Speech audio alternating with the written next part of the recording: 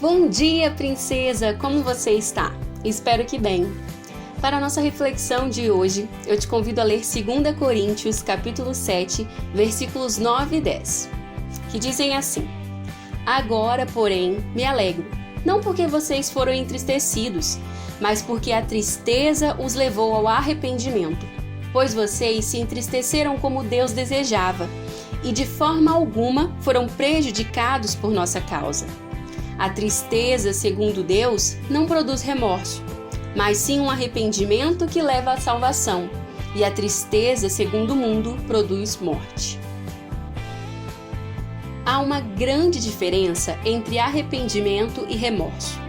Embora os dois sentimentos sejam marcados pela tristeza e por aflição, são muito diferentes entre si.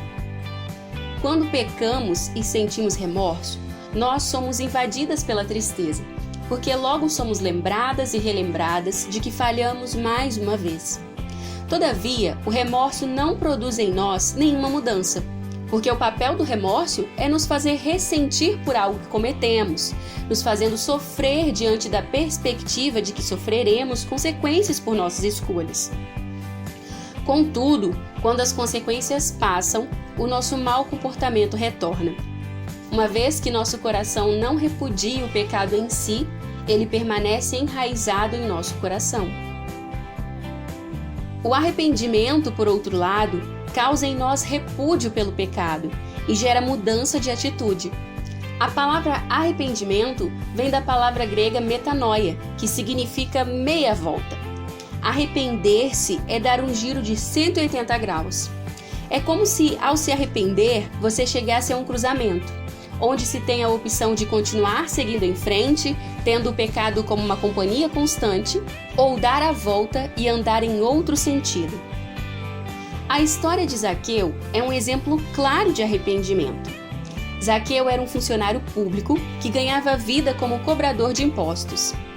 Lucas narra que Zaqueu, ansiando ver Jesus, mas que por ser pequeno, resolveu subir em uma árvore para que pudesse ver o mestre em meio à multidão.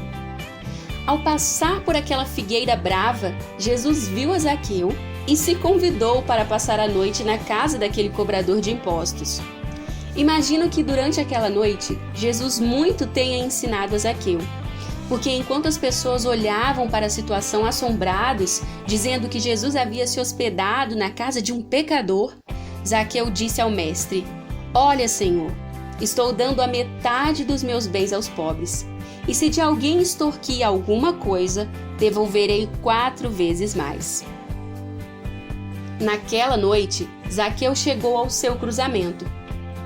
Ele poderia ter escolhido apenas conviver com o remorso de ter pecado, e nos dias seguintes poderia acabar voltando a ganhar a vida, cobrando acima dos impostos e lucrando com o sofrimento dos mais pobres. Mas o publicano escolheu a via do arrependimento. Zaqueu deu uma volta de 180 graus e passou a agir contrariamente ao seu pecado. O pecado de Zaqueu era a cobiça, e para saciá-la, ele tirava dinheiro dos pobres, cobrando mais do que deveria, enriquecendo-se assim à custa dos outros. Mas ao se arrepender, ele não apenas teve consciência de que precisava parar de pecar, como foi em outra direção, passando a doar para aqueles que um dia foram furtados por ele. Princesa, o arrependimento também precisa produzir em nós uma mudança de direção, uma mudança de atitude. Ao invés de se apegar àquilo que tem te feito pecar, que tal seguir uma direção contrária? Qual é o seu pecado? Em que área da sua vida você tem caído constantemente? Descubra de que maneira você pode agir para que não caia nos braços do pecado de novo. Faça o oposto do seu pecado. Amém?